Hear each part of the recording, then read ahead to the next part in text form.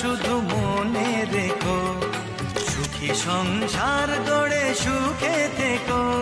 এ ঘর দুয়ার সব শূন্য করে যেতে হবে তোমাকে স্বামীর ঘরে।